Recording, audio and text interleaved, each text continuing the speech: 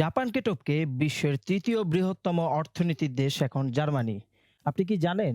মধ্য ও পশ্চিম ইউরোপের অন্যতম শিল্পোন্নত একটি দেশ জার্মানি।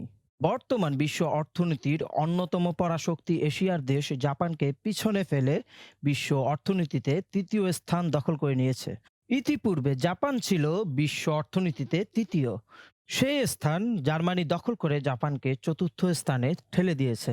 আয়তনের দিক দিয়ে জাপান জার্মানির থেকেও খুবই ছোট।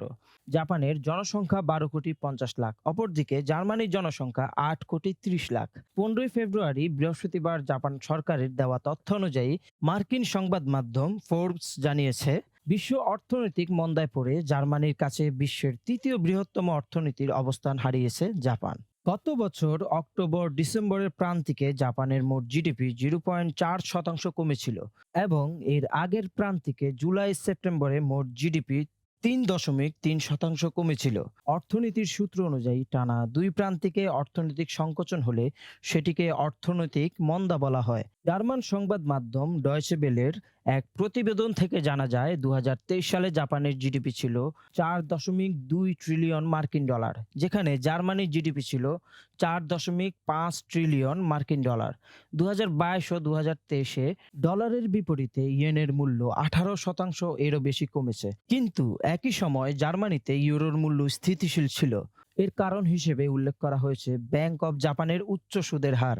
বিশ্লেষকদের মতে মন্দা কাটিয়ে উঠলেও জাপান গৃহস্থলী সঞ্চার হার নেতিবাচক হওয়ার কারণে অর্থনৈতিক প্রবৃদ্ধি খুব একটা বাড়বে না। জাপান ও জার্মানির অর্থনীতির প্রধান সমস্যা হচ্ছে দক্ষ শ্রমিকদের সংখ্যা কমে যাওয়া, জন্মহার কমে যাওয়া, বয়স্ক মানুষের সংখ্যা বেড়ে যাওয়া ইত্যাদি। তবে জার্মানির থেকেও জাপানের সমস্যা আরও বেশি, যদিও গত বছর তাদের অর্থনীতি সামগ্রিকভাবে 1.9% হারে বেড়েছিল।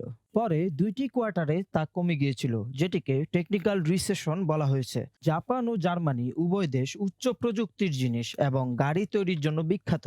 জাপান দীর্ঘদিন ধরে যুক্তরাষ্ট্রের পর বিশ্বের দ্বিতীয় বৃহত্তম অর্থনীতির দেশ ছিল, কিন্তু বর্তমানে 2010 সাল থেকে চীন সেই স্থান দখল করে নিয়েছে। প্রিয় দর্শক, এই ছিল আজকের বার্তা। ধন্যবাদ।